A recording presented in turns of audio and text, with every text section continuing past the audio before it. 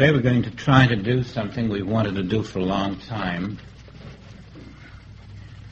and that is to touch a place in each of us where the healing consciousness becomes a very potent, practical, daily way of life, not just something we hope to discover in the future. The healing consciousness is not just to heal a backache, it's to glorify the Father in you in every possible way. And really, if you cannot develop a healing consciousness, then Jesus was not teaching the truth, because he said that if you learned his identity, which is the meaning of, if you believe on me, if you learned his identity, the very miracles that were attributed to him on earth, you would do. Each of us should have this not as our only goal, but we should never be satisfied until the healing grace is part of our being.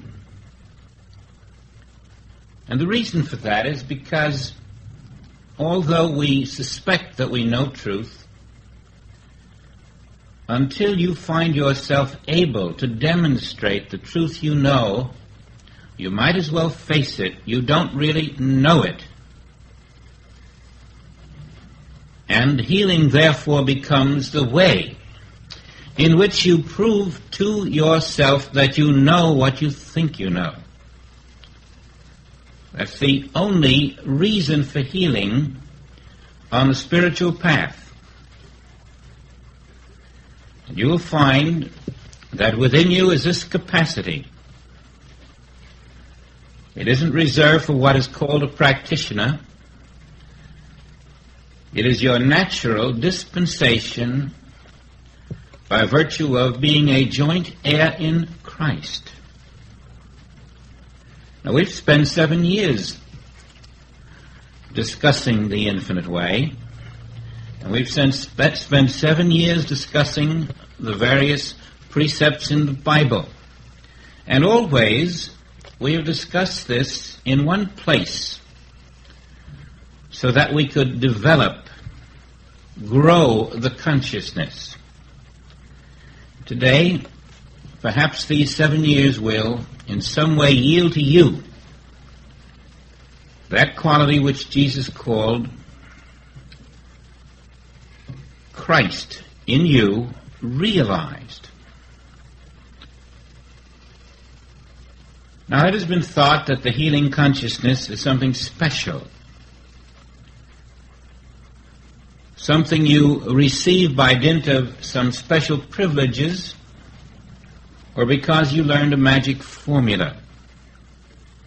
And it isn't that way at all. The healing consciousness is your truth realized, your identity realized, the identity of your neighbor realized.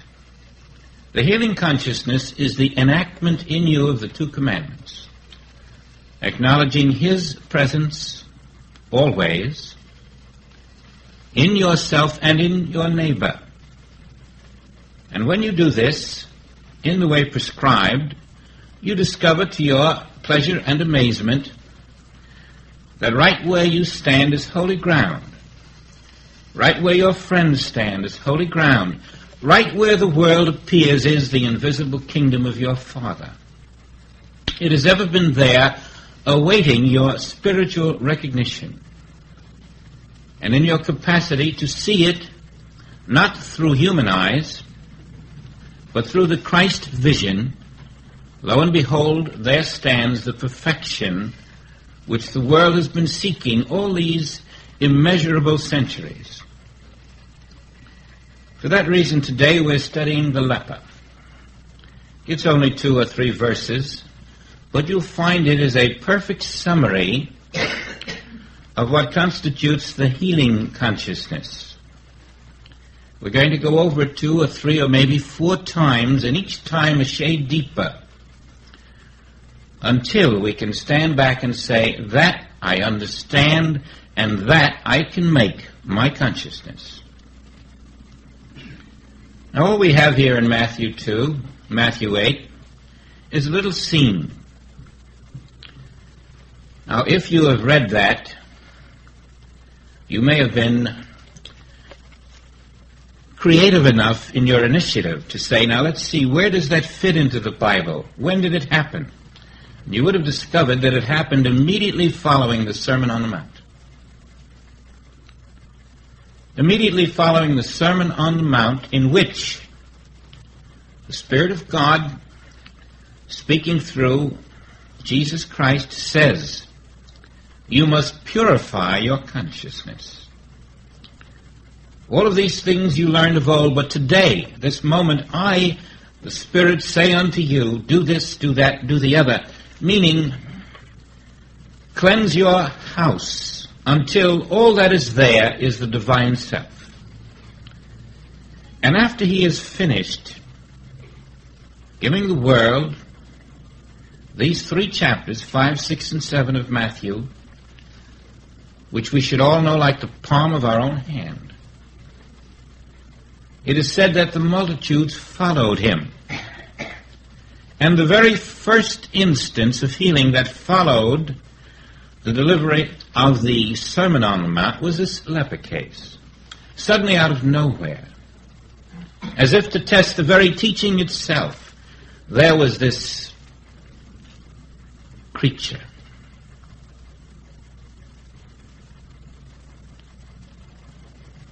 If we had lived in those times, we would have said, as they did then, this is the curse of God upon this man. For leprosy was considered not only incurable, but it was considered to be the punishment of God. A little more research shows us that leprosy has nothing to do with the punishment of God at all. It is not the curse of God, but it is the accumulated karma of an individual. And now, standing before the Master, with his disciples around him, is this loathsome creature, all bandaged up, disfigured, corroded. The first test of the Sermon on the Mount. It takes 3 verses, and this loathsome creature is no longer a leper. And then one after another, the multitudes appeared for healing of all kinds.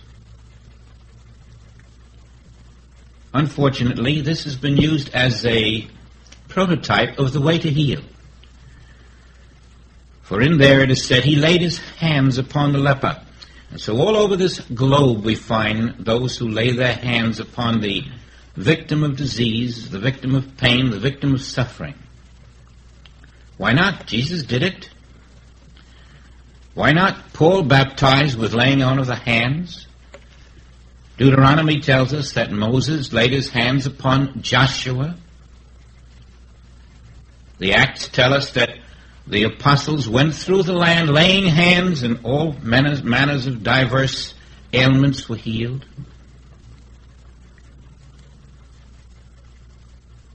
And when we try it, nothing happens. Well, we thought it was that easy. You lay your hands on somebody and you say, be thou well, be thou clean. But it doesn't work. And then we start to try to dissect the meaning of laying on the hands, and we find, as usual, that we have taken a literal viewpoint, and the laying on of the hands was something completely different than the religions of the world had suspected. But in dissecting what really did happen, we discover principles. Principles that we can utilize, principles that we can put into practice in our daily life and actually do that degree of healing which even one who is not completely versed in the healing art can do. Well, let's look at our leper and see just what happened that day and what can happen in every day of our lives. Behold, there came a leper, and worshipped him, saying, Lord, if thou wilt, thou canst make me clean. And Jesus put forth his hand, and touched him, saying, I will, be thou clean. And immediately his leprosy was cleansed. And Jesus saith unto him, See thou tell no man, but go thy way, show thyself to the priest, and offer the gift that Moses commanded for a testimony unto them. There it is, 3 verses.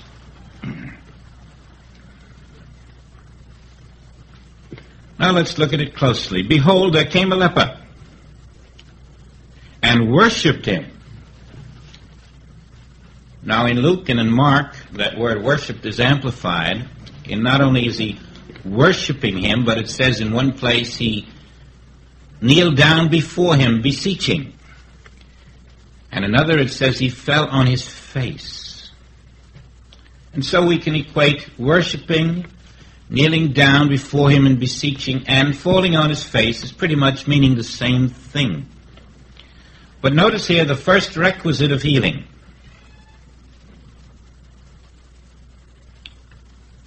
Worshipping him. Now, what is a leper? To a doctor it's one thing, but what is the leper to the Christ?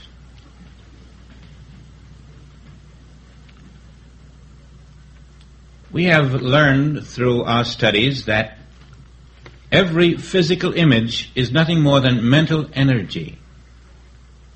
World thought appearing as. And so we say here now that the leper represents world thought. The time-space illusion of matter. Rather than the belief that God is punishing this individual, we learn spiritually that God did not create the leper or leprosy. We learn further that God did not create matter. And therefore, what have we? Punishment? Or do we have an image not created by God? We have the darkness of a mortal consciousness outpicturing itself. And so Christ is not looking at that which is divine, but at that which is the externalization of human thought. And man has labeled it leprosy. Man could have labeled it cancer. Man could have labeled it a heart attack. Whatever the label, it would have nothing to do with the creation of God, which is ever perfect. And so we're looking at that which, being imperfect, is not of the Father. Therefore, unreal. And what are we looking at it with if we see it? Do we see it with a divine mind which is too pure to behold iniquity? Is there another mind than the one? And so only darkness perceives the darkness, and light perceives the light.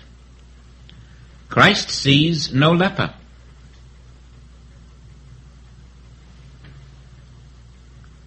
Then how could he touch him, and why would he touch him?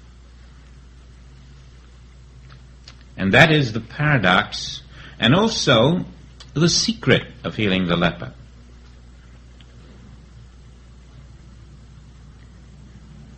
Now this leper represents then not just this particular leper, but all world error.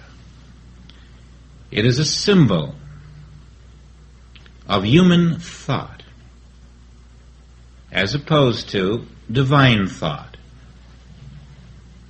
And so you can make any substitution at this point of any ailment or any problem or any evil or any error,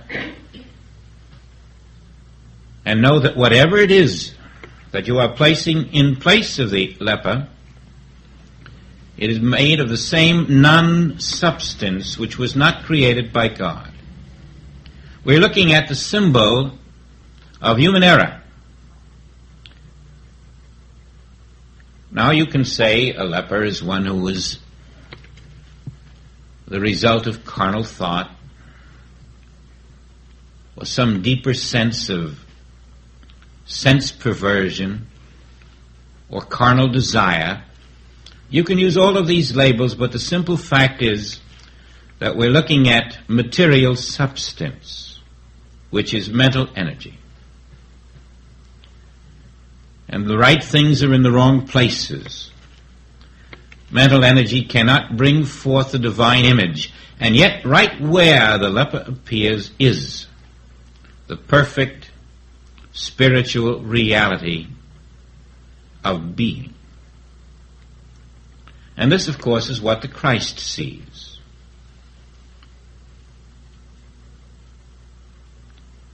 Now the leper worships him, falls on his feet before him, kneels before him, and this is the turning from world thought, from human thought, to divine thought.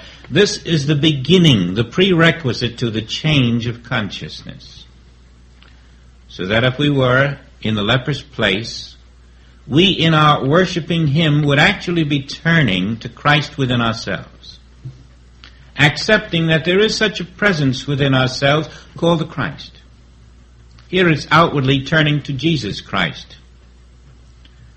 But this is the recognition of the lower consciousness that there is a higher consciousness. And unless there is that recognition, we are not worshiping, falling on our face, or kneeling, or turning to the higher. So step number one is to turn to the higher, away from the lower. This is the opening of consciousness to the possibility of perfection. And so it is said, the leper worshipped him, saying, Lord, if thou wilt, thou canst make me clean. If thou wilt. Now this is the recognition that there is a power which can remove error.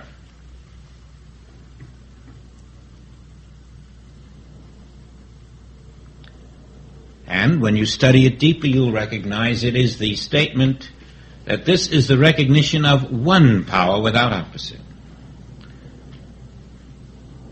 This is a deep faith now, turning to that one power and saying, you can make me clean.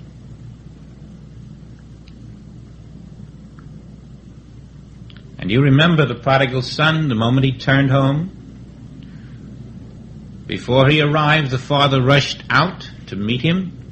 This will be the same expression now.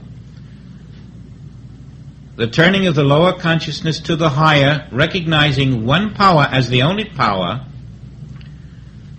brings the Father rushing out to greet you. So Jesus replies. And Jesus put forth his hand and touched him, saying, I will, be thou clean. The moment you recognize the one power, it recognizes you. Now we have Jesus putting forth his hand and touching the leper.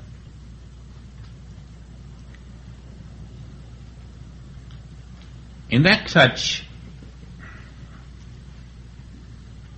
we have set a chain reaction throughout the world of healings that never come off, all trying to emulate that laying on of the hands. Now let's see what it really means, and let's bring it together with love is the fulfilling of the law. Let's see that behind the visible, there is the Christ of Jesus, recognizing the Christ of the leper, and this self-recognition brings forth divine love. the oneness, the divine love expressing, is an unseparated self, an indivisible self, a one self. And in this inner recognition of one, in the outer must appear a one, so that the hand of one reaches to the other, and there is no longer a separation. The outer laying on of the hands is nothing more than the reflex action of the inner realization of one. And without it, of course, the laying on of the hands is futile, meaningless, nothing more than material flesh touching material flesh with no power. But behind this laying on of the hands is divine love. And you see here the practice of the two commandments. First, Jesus the Christ knowing self, being self, knowing spiritual identity, and that spiritual identity within recognizing itself in the leper, so that we are loving our neighbor while we are acknowledging the one spiritual identity of both. And that one manifests as the laying on of the hands. It was ever so when Moses laid hands upon Joshua, when Paul baptized by the laying on of the hands, when the apostles went forth and healed. There was always the recognition of the one self in the within, appearing as the one unseparated in the without. In other words, you must touch God in the inner, and when you touch God in the inner, the hand reaches out to touch the other individual in the outer. The inner consciousness externalizes as the laying on of hands. There is no power in the hands. The power is in the inner realization of one. I've checked off a few passages you may never have heard before, which show you how easily man has been fooled by this and has lost the healing art because of it. We go to Exodus 9:3. It's so simple you wonder why we walk by it. In Exodus 9:3, behold, the hand of the Lord is upon the cattle which is in the field, upon the horses. Now you know the hand of God isn't reaching down and patting those cattle, but it's the laying on of hands divinely, you see. The hand of the Lord is upon the cattle. And this is the same kind of laying of hands. It's a symbolism. The laying on of hands of the Lord upon the cattle means they're under divine protection. And the laying on of hands by Jesus the Christ, or anyone who is in the Spirit, means spiritual recognition of the spiritual identity of the individual upon whom you are laying hands. You remember that phrase? We can say, Abba, Father. That's pronounced Ava, but it's spelled A-B-B-A. Again, that was to mean that we are beholding Christ in you. When you say Abba, Father about an individual, you are recognizing the spiritual identity of that individual. And you are also recognizing something else. The Abba means God is here. You are recognizing the nearness, the closeness of God.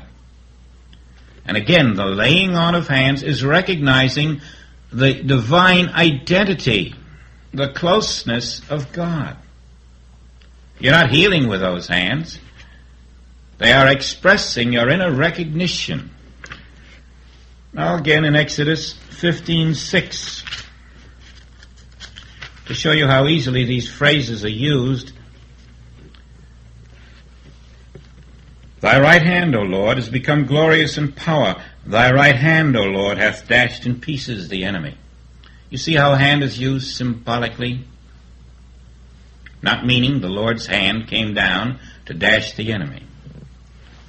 Again in Exodus 31:18,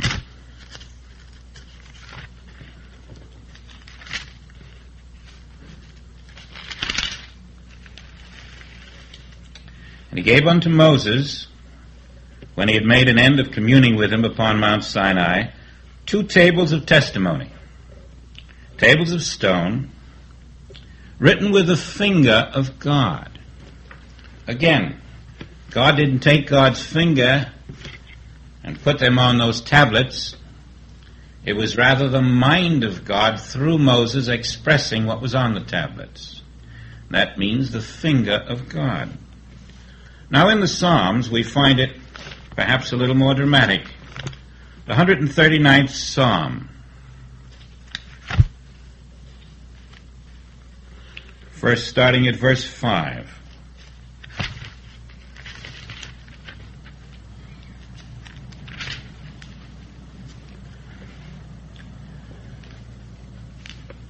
Thou hast beset me behind and before, and laid thine hand upon me.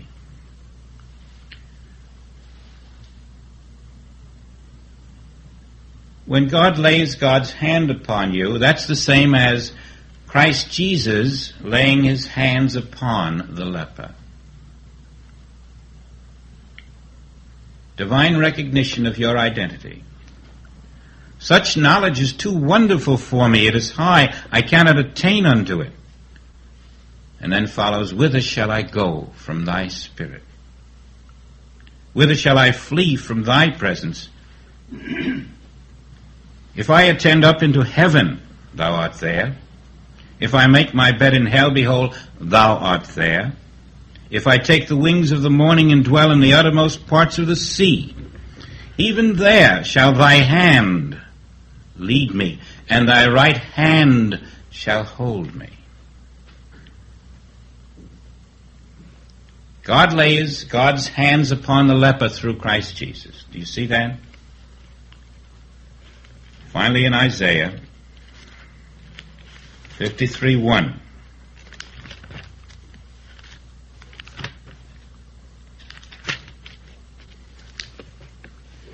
Who hath believed our report, and to whom is the arm of the Lord revealed?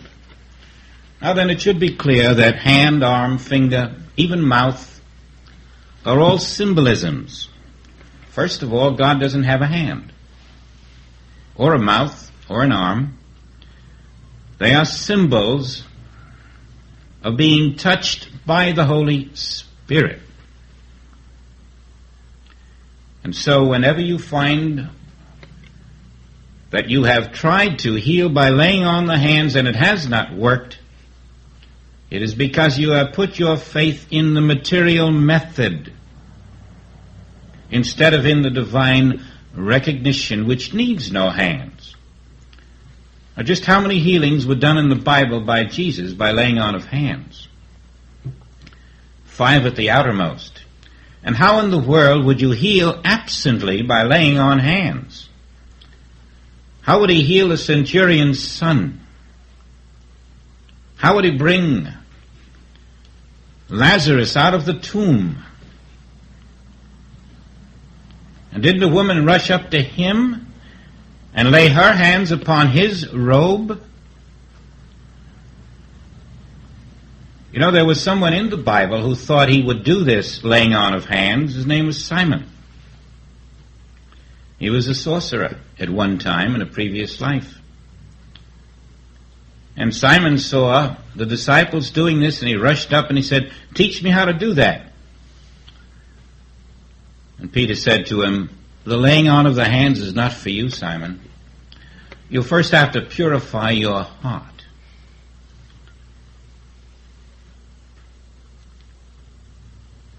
No one has ever healed another person by laying on of hands. It is a fraud. It has some use, but not to heal. It is a normal action. When you love someone, you touch them. You can't restrain yourself. You reach out to touch them. Jesus reached out to the daughter of Jairus when she lay in a coma. He reached out to those he loved. And if you were to place your faith in this physical method, all would be lost. There would have been no healings whatsoever. All absent healing would be out the window. But just as God has his hand on the cattle, so does the Spirit of you have its hand on the spirit of every individual on this earth, no matter where they may be. When you are conscious of spiritual identity, then you are laying hands on the world around you in your conscious awareness of spiritual selfhood. Now that is the meaning then of laying on of hands, but there's even more, and we'll come to it. Jesus put forth his hand and touched him. And so now we know he was recognizing spiritual identity. Not a leper, for God made no leper. He was recognizing the spiritual selfhood that stood before him. Separated from God was this human consciousness outpicturing itself as a leper.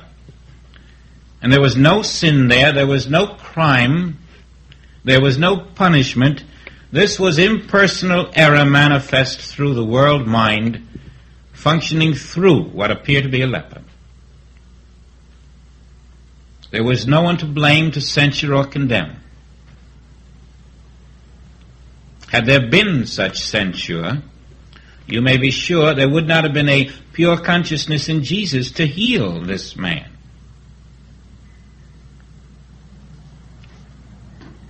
There was nothing but the pure acceptance that only God is present. Not a leper, and not even Jesus. Only God is present. And so the touching represents the recognition of the allness of spirit. No words were really necessary, but Spirit says, I wilt, be thou clean. The recognition of the allness of Spirit is the healing agent. What does it heal? Nothing whatsoever. It merely reveals itself as the only presence, and this is called a healing. The illusion of leprosy dissolves in the recognition of spiritual selfhood by a pure consciousness. Even those little atoms that God didn't create begin to act differently. For in the touching of an individual's spiritual selfhood, you are rearranging the atoms of that individual. You are quickening them. You are causing them to rotate differently. You are giving them different qualities in a different direction. You are improving the material image by touching the divine image in your consciousness.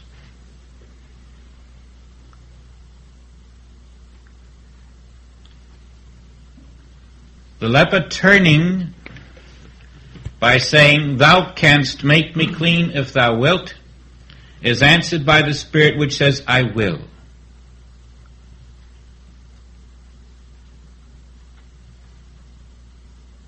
And hasn't Jesus said many times, Thy faith has made thee whole? What is this faith but the acceptance of the Spirit of God ever present?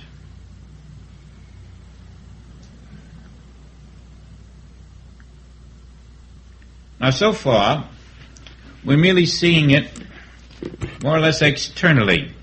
We're going to get it within ourselves shortly. And Jesus saith unto him,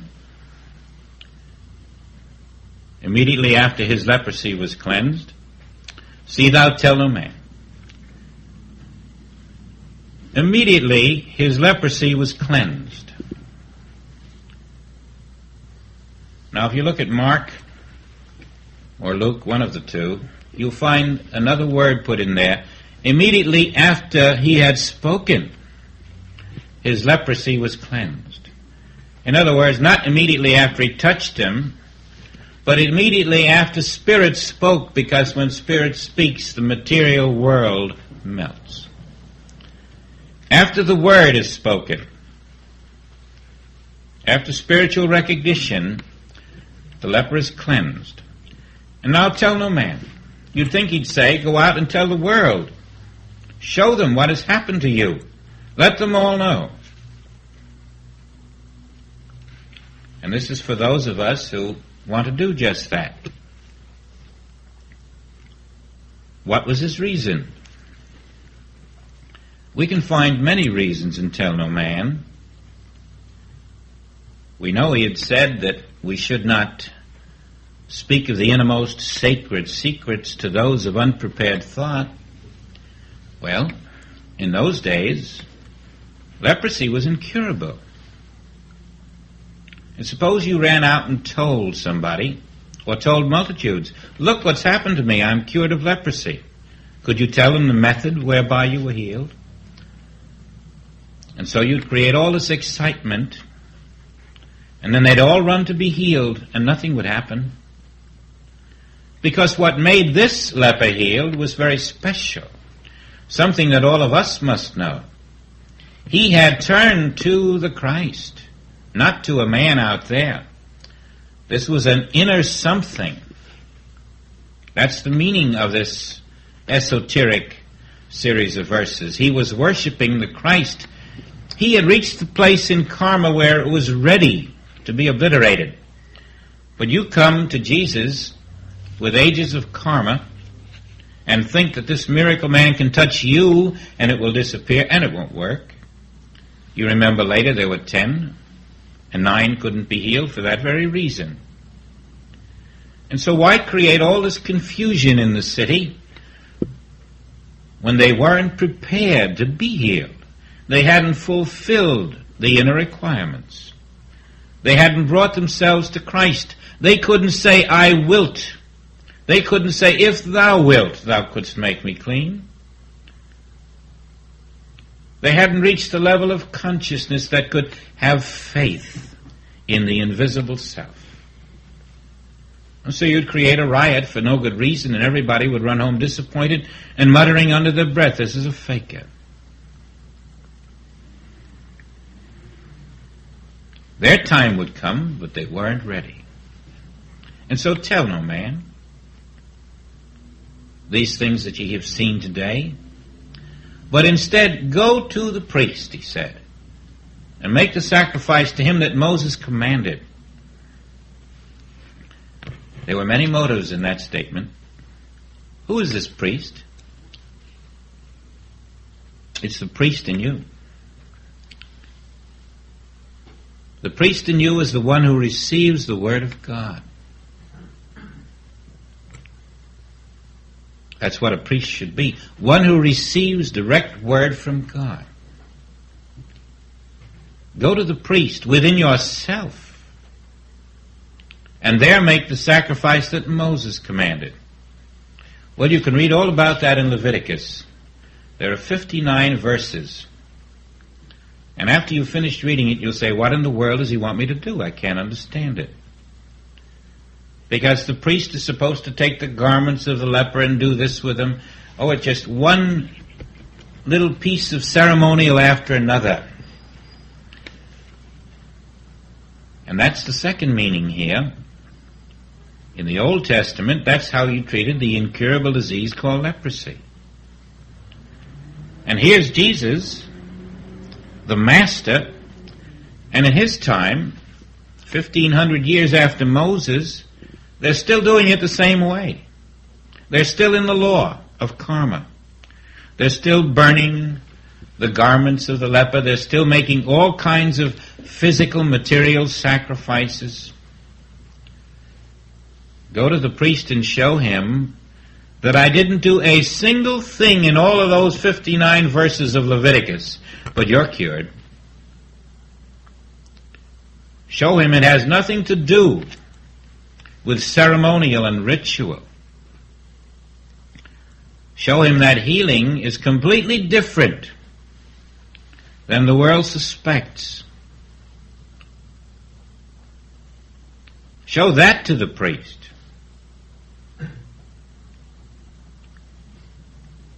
And for us, he was saying, the Old Testament had its place, but I am taking you from the law of karma. I am breaking the law of karma for you and taking you into the meaning of inner grace, into the recognition that whatever God did not make can never be real and present, except in a false consciousness outpicturing itself.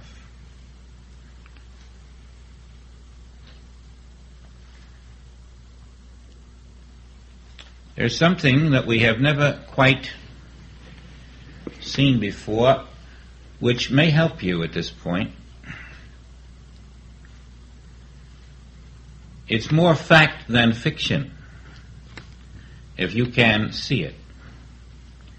If you look at a television image and remove the cabinet so that it's invisible, and then remove the screen so that it's invisible, and just see the figures dancing, walking, talking, they would look as if they're just placed out in space, wouldn't they?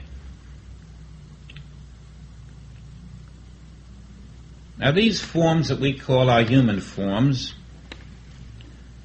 are like those television images, except for one thing. We don't have a visible cabinet or a visible screen. But if you could see the invisible cabinet, it might appear to you pretty much like a human eye, enlarged, bigger than the human form. You may discover someday that you see it that way. You may see this human form in an invisible cabinet, larger than the human form, and you may think you're actually looking at this form on television. Now, you might compare it to your eye. There's a transparency over the eye, and under it there's a uvea, and it has a hole in it. The light goes in and out of that hole of the uvea. The transparency protects it. And that's where the image is. And so you see an image in that eye. You call that image something out there, but you're looking at it in your own eye, and everything you're seeing in this world is your thought. You're seeing your thought and calling it the forms of this world, and everyone else is doing the same. But those forms that appear there are nothing more than what this leper was, an externalized image of an invisible consciousness. And that invisible consciousness is kind of like the eye of a human form. Take an eye bigger than your form, and you'll see that this image is in that eye. And that invisible larger eye is looking out at an image in itself, and that image is its own manufacture. Your consciousness, like an invisible eye, is making a visible form. And that visible form has no knowledge that it is within this invisible consciousness. So everywhere you look, that's what you're looking at. You're looking at invisible consciousness putting forth visible form. And these forms are the images that we all see and accept. Some of them are good and some are bad. And all of their variations have nothing to do with God's creation. For behind this image of form, this body image, is the invisible consciousness that puts it forth, and that consciousness has nothing to do with God. That is our human sense of consciousness. And behind that is the world or cosmic consciousness pouring its imitation into your consciousness, coming through as the image that you show forth. All of this, a denial of the perfect self that you are in the divine image, which is totally invisible to the naked senses. So the five-sense image, the form, may show a defect. But where is the defect? In the consciousness that externalizes as that image. And because that consciousness is a captive audience to the world consciousness. It has no personal error. It's not at fault for anything it does. It's a captive, a prisoner in a tomb. To come out of the tomb, to come out of the prison, was part of the meaning of touching the leper. As he touched the leper, he was saying, this image is the tomb. Rise from the tomb of form. Do you think Jesus could change that leper if that were divine? In that touch, Jesus repudiated completely every religion on the face of the earth. Every prayer that has ever been uttered, every drug that has ever been manufactured, every medical device that has ever been invented to improve a human form. He was saying, this form that I am touching can be changed because it is not God's creation. So you're going to find, as you sit back and look at spiritual living and religious living, that there's a vast gap between the two. You see, in religious living, we identified as mortal beings of the flesh. And we tried to improve the flesh. We prayed even while we were withering away. In spiritual living, you do not identify as mortal being of the flesh. You put on the garment of immortality. You accept yourself to be the essence of God. And so religious living and spiritual living are completely different. You're no longer praying to improve. You're accepting the perfection of the essence of God where you stand as your being. Spiritual living is a repudiation of religious living. Just as touching the leper was a repudiation of the validity or reality of every mortal error and every mortal condition.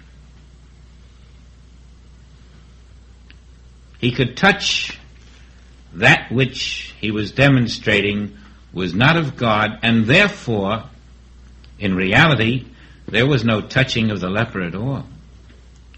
This is how it appears to human eyes.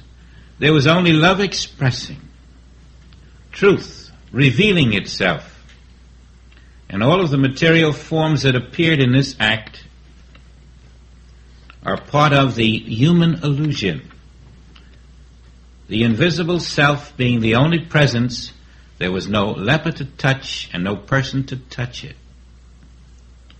But that is what we see. Now, as we climb in consciousness, we take this whole incident and we now convert it into practical use for ourselves.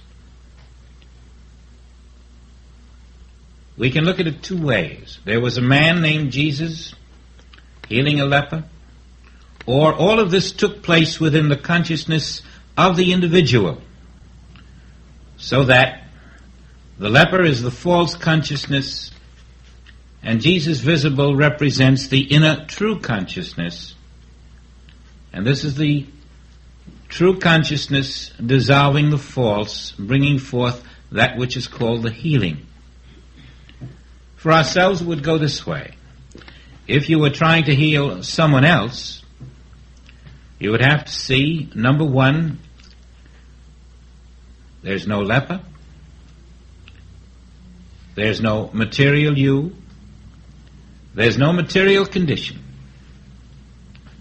That's your three-way impersonalization right here. There can be no leper because God created none. There can be no material condition called leprosy, and there can be no material you. That puts you into the pure or virgin consciousness. And this is the removal of dualism, of two minds, of two wills, of two levels of thought. All that remains is now to rest in the knowledge that one is here. one. One self, one pure, perfect, divine being. Only one. And in that resting in the one, you find the inner peace which releases the illusion of the error. Now, if you were to heal yourself, it would be somewhat similar. You simply wouldn't have to impersonalize yourself twice.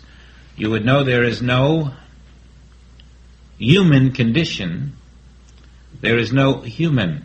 There is no physical self. There is only divine essence, divine being. And therefore there can be no condition in divine being.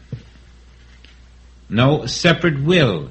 And the will of the Father being perfection, all that is present is perfection, in spite of the appearance. You're almost, you might say, laying hands upon yourself through inner recognition. Now all of this is still a procedure, and it must go beyond procedure. But let's dwell on the procedure a moment. We are accepting the primary method of reaching what may be called the end of discord, or the appearance of perfection, is the knowledge that only Spirit is here. You cannot heal a flea without that knowledge. Only Spirit is here. And therefore the victim isn't here, and the healer isn't here. Only Spirit is here. And you must dwell with that quite a while until it means something to you. I don't mean just for a minute or two during your work. I mean day in and day out until this is a normal knowledge to you. Only Spirit is here.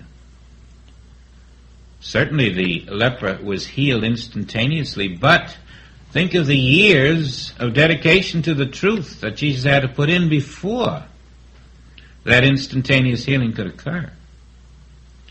And so we're not just going to pronounce the words. If you're not living in the knowledge that only Spirit is here, all of your saying so won't mean anything. And so this is what you're doing within yourself. You're developing the consciousness that only Spirit is here. Then it won't make any difference if it's an earthquake or an avalanche or a leper. Only Spirit is here.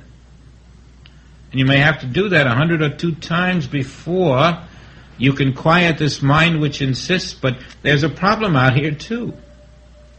If only Spirit is here, there's not a problem out here too. There's an appearance which is denying that only Spirit is here. And try as you will, your mind will go out to that problem, and you'll find it hard to cast it off. Practice and practice and practice. And still, if it's a dear one, oh, how you'll rush out to help, because maybe only Spirit is here, but this dear one is sick or dying, and you've got to do something, you think. Until one day, only Spirit is here is your undivided consciousness. It must come to that place where who convinceth me of sin is something that is meaningful to you. When whatever error is presented, you recognize it instantly as a denial of the allness of perfect Spirit. And you will have none of it. You will stand firm. Only Spirit is here. I'm looking at an image projected by a false state of consciousness. Only Spirit is here. You'll find a peace And until that peace comes, until something inside says, that's right, till something inside you confirms your belief, you don't break the barrier of karma. You don't break the continuity of world mind. It goes right on independent of all your affirmation. But when something in you says, that's right, something quickens, something gives you that awareness that only Spirit is here. Now you can call that the click if you want to, or the inner turning, or the quickening, or whatever you wish to give it as a name. You will come into the assurance at that moment that you have touched the Father. You have touched the Father within, and now the Father within will show you the truth of His all-presence where you are and where your dear one is.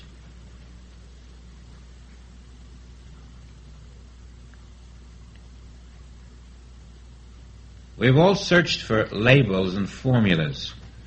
If we could only find a simple way to remember this.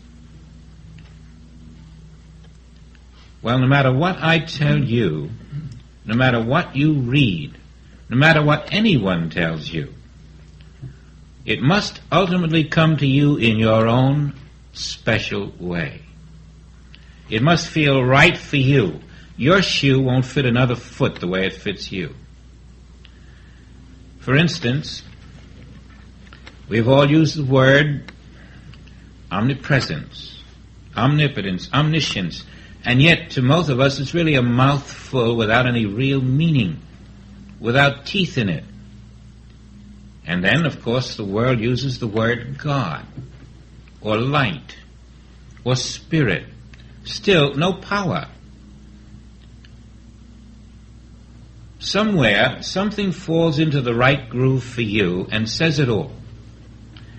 I'll tell you what fell into the groove for me, and it may be valuable to you.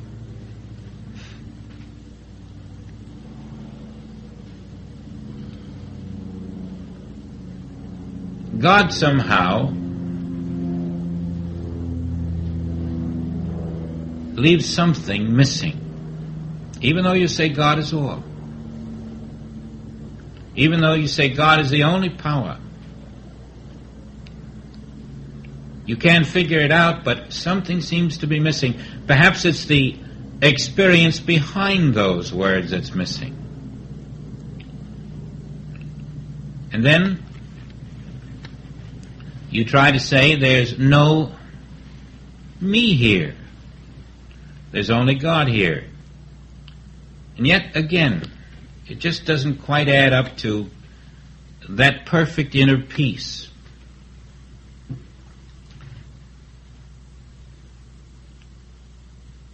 We use the word infinite or infinity.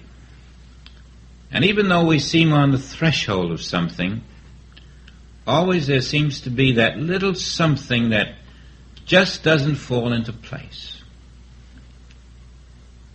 Now here's what falls into place. And it may be your place, it may not be. But take these words, infinite force.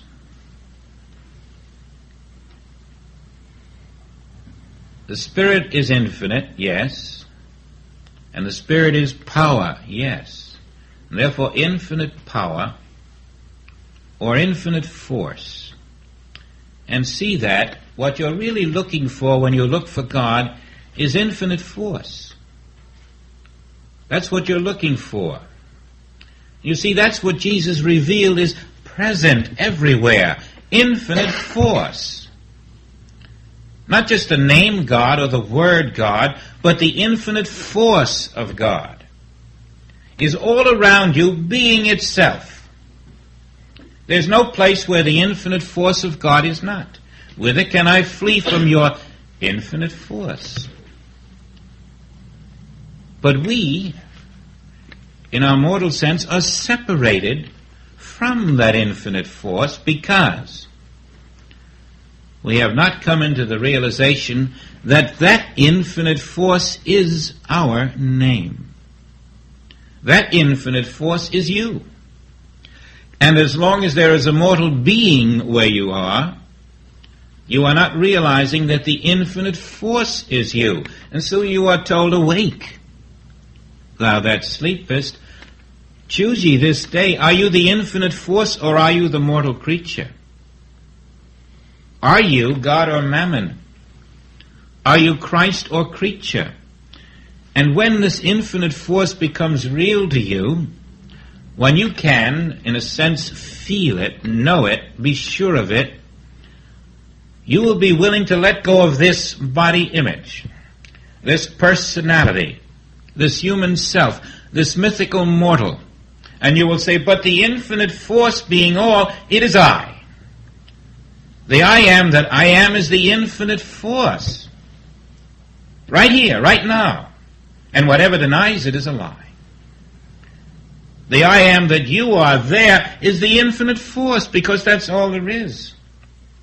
And right where the leper stands is the invisible but infinite force being itself. Infinite force is the living God. But better still, this infinite force that is you contains every quality of God right where it is, right where you are. And so you're never looking for health anymore. You're never looking for supply. You're never looking for anything.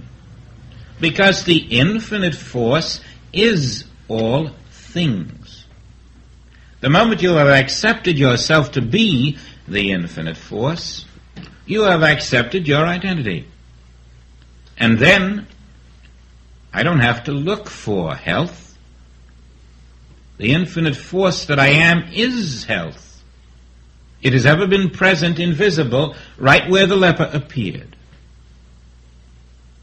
The infinite force that I am is truth.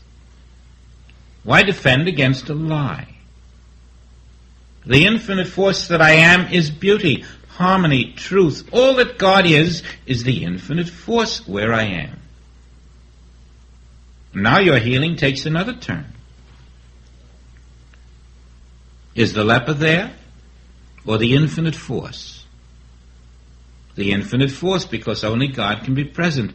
But the infinite force where the leper is, and the infinite force where I am, are one and the same. Only the infinite force is present, and if you are present too, you are creating a second life, a second person, a second substance, a second will, a second something where only one is. And that second something has got to be separated from the one. Crucifixion is the acceptance that I am the infinite force, and nothing else. All that the Father hath is the infinite force that I am, and therefore, where you appear, the infinite force that I am must be functioning perfectly now. Whoever walks this earth is invisibly that infinite force. The moment you touch it in yourself, you've touched it in the universe. You can never be separated because it is one infinite force. And it is the power all around us every moment. Jesus was the living embodiment of that power, recognizing it everywhere. And it is that power recognized, that power which someone else reaches out to you for, even though they know it not. And all you're doing is recognizing that power as present where they are. It is their natural, true being as the Spirit of God. Then you have a healing consciousness.